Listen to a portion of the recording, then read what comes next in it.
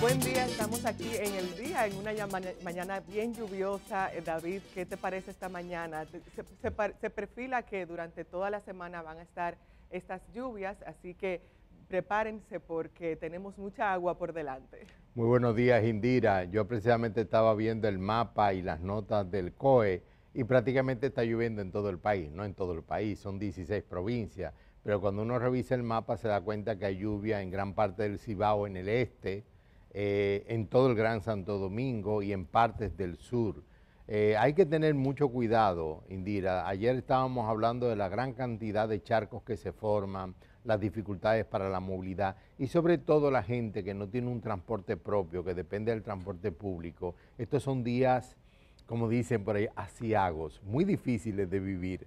Y por supuesto, esto tiene aparejado lo que en la cultura dominicana son las famosas gripecitas, de que tú te mojas un chi y cuando viene a ver si no te seca, termina con una gripe. Bien difícil. Recordarles que pues se unan a nuestra transmisión en vivo en nuestro canal de YouTube El Día RD. Ahí pueden comunicarse con nosotros, estaremos leyendo sus comentarios y también más adelante, en breve, vamos a tener a nuestros compañeros Edith Febles y Germán Marte. Hoy tenemos un programa bien interesante como todos los días, David, con varios entrevistados. Tenemos, por ejemplo, a Rey Andújar, de quien nos viene a hablar sobre la Feria del Libro, y pues así tenemos más entrevistados y más personas que nos van a conversar sobre estos temas de actualidad.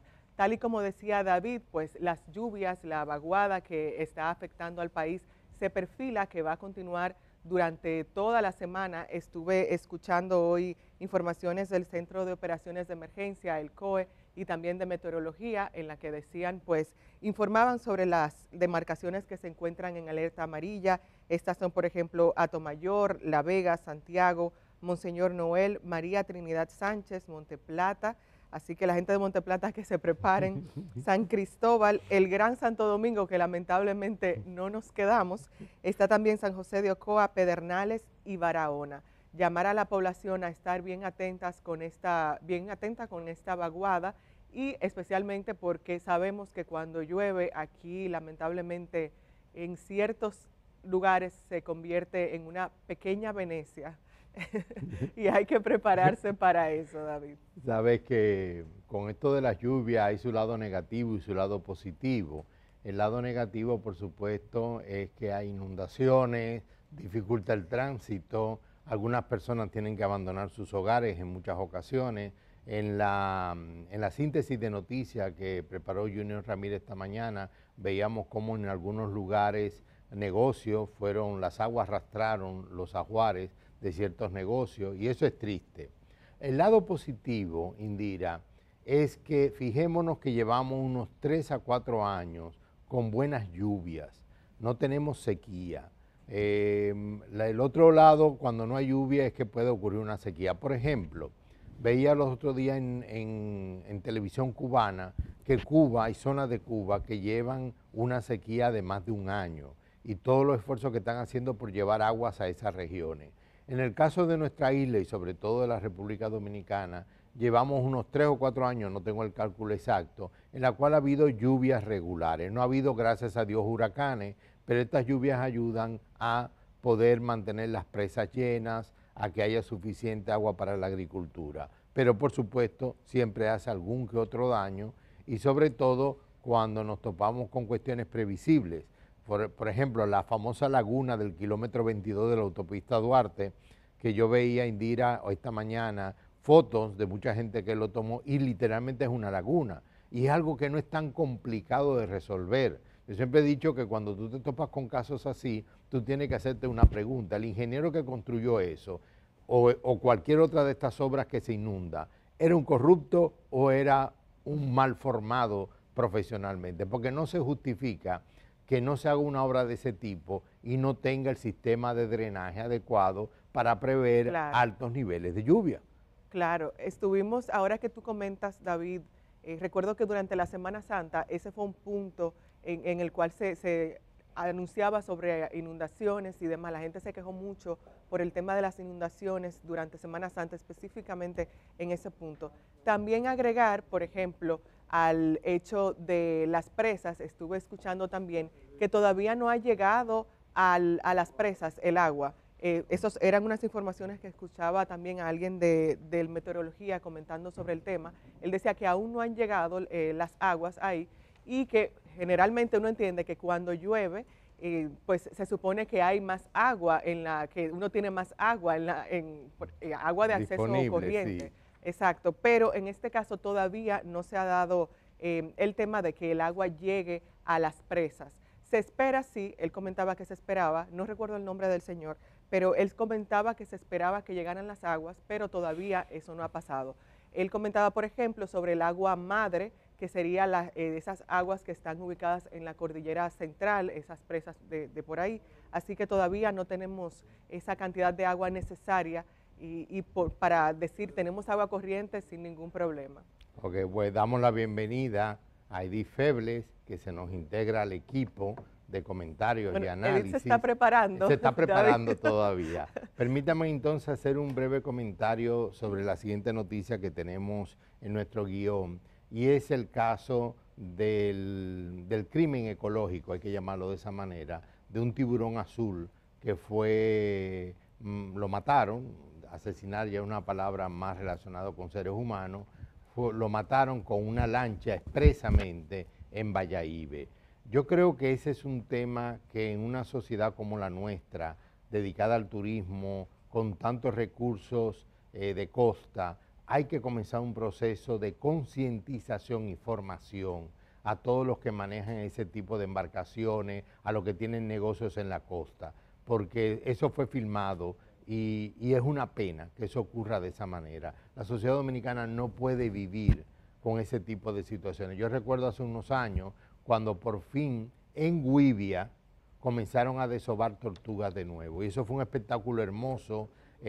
Fueron jóvenes ecologistas a cuidarlo. Entonces, esa es la línea que hay que seguir. Hay que crear las condiciones para que la naturaleza en nuestro entorno se sienta segura. O el caso de los manatíes, que fue todo un espectáculo con nombres, su liberación, lo hermoso que fue todo eso. Entonces, vernos de repente con una lancha que expresamente asesina a un tiburón azul, un animal que no hace daño, porque la palabra tiburón no significa que sea un animal que vaya a hacerle daño a ningún bañista, incluso relativamente pequeño, es una pena. Entonces, justamente, por lo visto, van a hacer incluso, el gobierno va a tomar medidas y sometimiento a la justicia al dueño de la embarcación.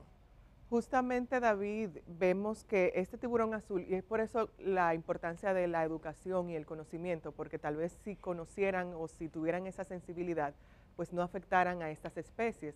Ellos pensarían, bueno, hay un tiburón, vamos a hacer algo porque el tiburón nos va a atacar. Y algo que estaba investigando, por ejemplo, es que este animal no ataca, es inofensivo e incluso está en peligro de extinción. Así que lamentablemente vimos este caso. Como comentabas también, no es la primera vez que ocurren estos casos donde la gente ataca a animales. Hemos visto, por ejemplo, recuerdo que hace un tiempo un cocodrilo, no sé si recuerdas, David, de un cocodrilo que salió, fue aquí en el centro de la ciudad, si mal no recuerdo. Y el tratamiento al cocodrilo y también a otras especies que ha ocurrido esto, pues fue bien lamentable. Por eso es importante tener esa educación, que la gente conozca y que, pues si ve un tipo de estos animales, que no se acerque, que se mantenga alejado y que no lo moleste, porque el tiburón está en su hábitat, somos nosotros los que estamos invadiendo. Entre comillas.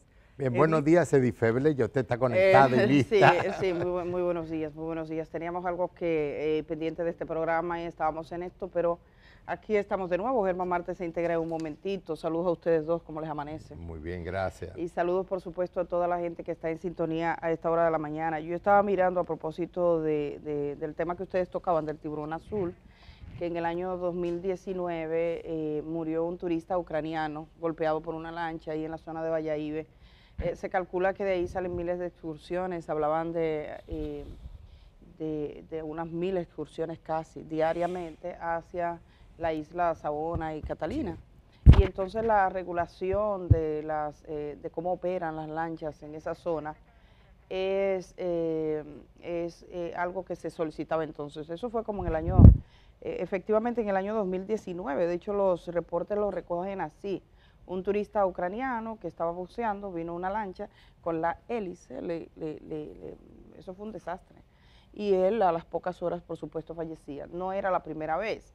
Entonces tienes personas que están nadando ahí en la zona costera de Bayahíbe y ves cómo las lanchas interactúan de un modo no definido. Eso quizás debería tener un tipo de control, controlar quién está, porque incluso representa un riesgo para las personas, para los turistas en muchos casos. Además de la fauna que existe Sí, en esa estamos hablando zona. incluso para las personas.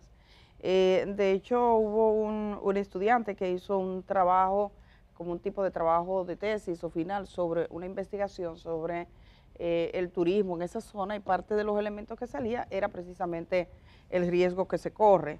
Entonces, bueno, por eso quisimos tratarlos. Pero miren, he recibido 2 reportes que son de la Cámara de Cuentas de la República Dominicana. Uno de estos reportes que tiene datos, ambos tienen datos preocupantes. Uno de estos reportes es de Conani, la operación en Conani por unos meses, y otro que es un poco más prolongado en los años, la EGIT, Hidroeléctrica Dominicana. En el caso de Conani, está valorando una serie de elementos, una investigación que concluye que allí se produjeron irregularidades, y es un tiempo definido entre los meses de abril y agosto del año 2020, agosto del año 2020, es decir... Final del gobierno pasado. Y hay que decirlo así expresamente. Entre los meses de abril y agosto del año 2020. La anterior administración. Exacto, se produjeron las siguientes situaciones, según revela este informe de la Cámara de Cuentas, que por cierto lo está compartiendo en resumen final con la Procuraduría General de la República, específicamente con el PETCA, pero también con otros órganos de la Administración Pública como la Contraloría General y demás. La entidad inició procesos de compra sin previa resolución de urgencia por parte de la máxima autoridad por un valor estimado de más de 44 millones de pesos. Se evidenciaron contrataciones de urgencia sin informe pericial previo y sin remitir los informes a la Contraloría General de la República por 54 millones de pesos. Se evidenciaron contrataciones sin certificación de la DGI y certificación de la TCS por un valor de 91 millones de pesos. Se observaron procesos celebrados sin póliza de seriedad de la oferta, ascendente al monto de 13 millones de pesos. Cada uno tiene una colita, un piquito, pero yo lo estoy diciendo en número redondo, quitando, por ejemplo, 13.100.000, ese tipo de cosas, ¿no? La entidad adjudicó a proveedores de forma recurrente el monto de 75 millones de pesos. Se verificó que el Comité de Compras y Contrataciones estuvo presidido por personas sin evidencia de designación por la máxima autoridad.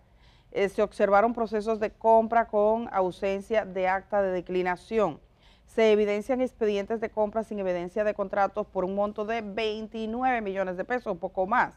Se comprobaron pólizas de fiel cumplimiento constituidas de forma incorrecta por un valor de 96.236 pesos, que es la menos. Hay otra que se evidenció informe pericial que carece de información requerida por la ley por un monto de más de 10 millones de pesos. Se evidenciaron contrataciones firmadas con fecha superior al límite contemplado en la legislación, ascendente al monto de 1.343.000 pesos, expedientes de personal sin respectivos soportes, personal militar en funciones administrativas que no habían sido autorizadas ni por el Ministerio de Defensa ni por ninguna otra autoridad. Se evidenció asignación de combustible y viáticos, oigan, esto se me gustó, asignación de combustible y viático a personal que no estaba nombrado en la entidad, es decir, a gente extraña a la entidad, por un monto de 170.000 pesos y 450.000 pesos respectivamente. Se identificaron compras realizadas de manera fraccionaria por un monto de 412.000 pesos y se evidenció incumplimiento de procedimientos de almacén en expedientes, adquisiciones y pagos por un monto de 43 millones de pesos, 43.856.000 pesos, y finalmente la entidad adquirió artículos comestibles sin evidencia de ser recibidos por los beneficiarios ascendentes a 2.800.000 pesos. Esto es con respecto a Conani, que la Cámara de Cuentas está remitiendo esta auditoría a la Procuraduría General de la República, efectivamente al PETCA, también a la Contraloría General de la República, a la DGI, a la Tesorería de la Seguridad Social y a la Contraloría, y a Ética, a la Dirección General de Ética. Esto con respecto a CONANI, en este periodo de tiempo que, como les señalo, está comprendido entre los meses de abril al mes de agosto del año los últimos 2020. meses de la pasada administración. Efectivamente, y ustedes están mirando unos montos altos, no pensaba que CONANI, pero Sí. unos montos significativos tratándose del tipo de trabajo que realiza CONANI. Sí. La Cámara de Cuentas estima que aquí hay irregularidades, eso ya veremos a ver qué decide una investigación más profunda por parte de las autoridades. Hay que decir que el otro informe fue requerido por el PETCA, es decir, el de la hidroeléctrica dominicana fue requerido por la autoridad. De hecho, así lo destacan. ¿Qué periodo abarca? Ese tiene más tiempo, ahora mismo le digo. Ese tiene desde el 1 de enero, Edith, de Exacto. 2014 al 31 de diciembre de 2020. Ellos evidencian también varios resultados. 2014 al 2020 es que se investigan los contratos a varias compañías que fue requerido y solicitado por la Cámara de Cuentas. Indira tiene parte de ese expediente, la compartí un poquito antes, pero usted quería decir algo respecto a CONANI. Me preocupa, o sea, todos estamos muy preocupados porque cada día se abren nuevos expedientes en cantidades y en áreas delicadas. Lo del CONANI es muy delicado por el tipo de trabajo que hace, pero por ejemplo, en finales de la semana pasada, inicio de esta, el periódico Listín Diario hizo toda una investigación sobre los consulados dominicanos en Haití. Y estamos hablando que del 2015 al 2020 se extrajeron, se movieron sin ningún control cerca de 3.700 millones de pesos, sin ningún tipo de control, a discreción de los que fungían como diplomáticos dominicanos en Haití. Y era todo el negocio de la venta de visas. Entonces, de repente, personas que tienen un salario que se le paga para que puedan sostenerse en la hermana República de Haití, como cualquier otro diplomático, manejan volúmenes sin ningún control del gobierno del orden de los 3.700 millones, uno entiende por qué razón puestos de diplomáticos en Haití se convierten en algo tan codiciado, porque es una cantidad enorme durante 5 años. Bueno, y no solamente Haití, hoy mismo el periódico Listín Diario, que sigue con este trabajo, destaca qué ganan los otros consulados o qué monto económico significa movilizar renovación de pasaportes. Yo he visto también ciudadanos dominicanos quejarse de tipo de costos en otros países. Sí, no, el asunto es muy serio. Entonces, lo que yo estoy percibiendo, sobre todo de parte del Ministerio Público, es que va a tener que abrir más carpetas nuevas de investigación y de sometimiento y honestamente yo estoy muy preocupado por el tema de la gestión de los procesos, porque si se siguen abriendo casos que deben de abrirse porque se está evidenciando delitos o potenciales delitos para ser sometido a la justicia, el Ministerio Público va a necesitar más recursos humanos y más recursos económicos. Usted tiene, por ejemplo, que según esta publicación de hoy del Listín Diario, entre 2018 y 2020, el Consulado Dominicano en Nueva York recibió 13.018.000 dólares y el Estado Dominicano recibió 13 millones. El Estado solo recibió 3.352.000. O sea, que hay unos 10 millones por ahí, por eso se estima estos puestos del modo que se hace.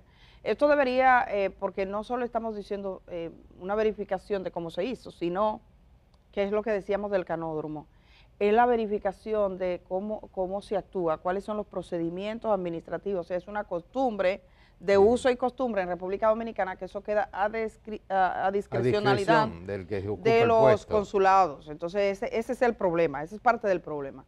Pero bueno, miramos un poco Hidroeléctrica Dominicana. A mí sí me llamó la atención, Indira, de esa documentación que es a requerimiento del PETCA, es decir, la Procuraduría General de la República pidió a la Cámara de Cuentas verificar las contrataciones de un grupo de compañías que debemos suponer que o porque están en un expediente en esa misma o porque hay una investigación de otra naturaleza cuyos nombres salen. Lo cierto es que es un conjunto de compañías, son esas contrataciones específicamente las que la Cámara de Cuentas analizó, y dice que encontró algunas irregularidades. Sí. Digamos que no hay unos montos específicos del nivel que tenemos en Conani, por ejemplo, pero sí salen datos, pudieron incluso verificar las obras que estas compañías habían construido, Indira. Sí, justamente, Edith, vemos aquí en este informe, ellos dicen justamente que la Cámara de Cuentas practicó una investigación especial a estas compañías que tienen una relación con la empresa de generación hidroeléctrica dominicana o EGGID. Por ejemplo, tenemos a las compañías Oficina de Arquitectura Federal, SRL, también está Marqués Saraf, constructora, United Suppliers Corporation, también tenemos a Contrata Solution Services, Extra Suppliers, Globus Electrical, por el periodo comprendido entre el 1 de enero de 2014 y 31 de diciembre del 2020. También vemos, por ejemplo, en esta resolución que se comentan algunos de los resultados que arrojó esta evaluación. Por ejemplo, tenemos pagos realizados sin certificación de la DGI y la TCS por un monto de 20.013.000. Tenemos también obras civiles con pagos finales y sin la constancia de recepción de entrega. También tenemos, por ejemplo, contrataciones de obras civiles sin pólizas de garantías. Ellos ponen montos también, habría que verificar estos montos.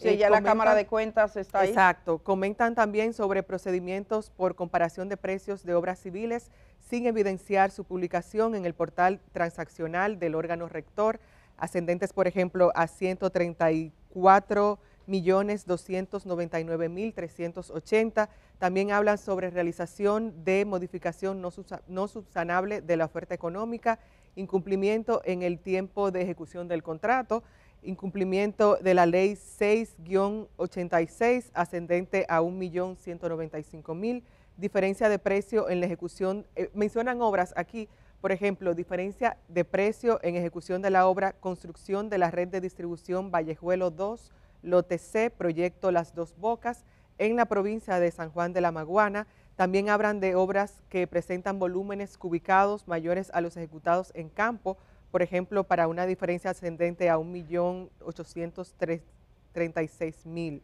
Estos son algunos de los resultados, de nuevo, del periodo comprendido entre 2014 a 2020 con esas compañías que acabo de comentar. Bueno, estos son parte de los informes remitidos por la Cámara de Cuentas. Este está terminadito de salir, por eso quisimos compartirlo con ustedes. Entonces, miren, vamos a ir a una pausa en este momento, vamos a regresar, tenemos mucho contenido en el día de hoy. Tenemos la Feria Internacional del Libro que comienza este fin de semana, hoy su organizador estará aquí con nosotros. Un diputado que preside la Comisión de los Derechos Humanos, hablaremos de muchos temas vinculados a los derechos humanos. Otros datos, Germán Marte se encuentra en el periódico El Día, con él también contactaremos. Así que gracias, Indira, a la gente que está en sintonía a esta hora de la mañana, también en nuestras plataformas y que está haciendo sus comentarios. Bueno, sí, muchas gracias a esa gente que cada mañana nos sigue tanto en nuestras plataformas de Instagram y Twitter, como también en YouTube. En YouTube tenemos una comunidad bien fiel que cada mañana está ahí comentando y está debatiendo junto a nosotros estos temas de actualidad. Por ejemplo, tenemos a Usus Redes, también Gregorio Francisco Cano Almonte, él dice saludos desde Portugal. Y también David dice saludos a mi profesor y padre de un gran amigo, así que David tiene también sus seguidores. Recordarle a esa gente que pueden seguirnos en YouTube en @eldiard y ahí pueden ver la emisión de cada día, así como los videos de épocas anteriores. Hacemos este cambio, señor director, regresamos de una vez.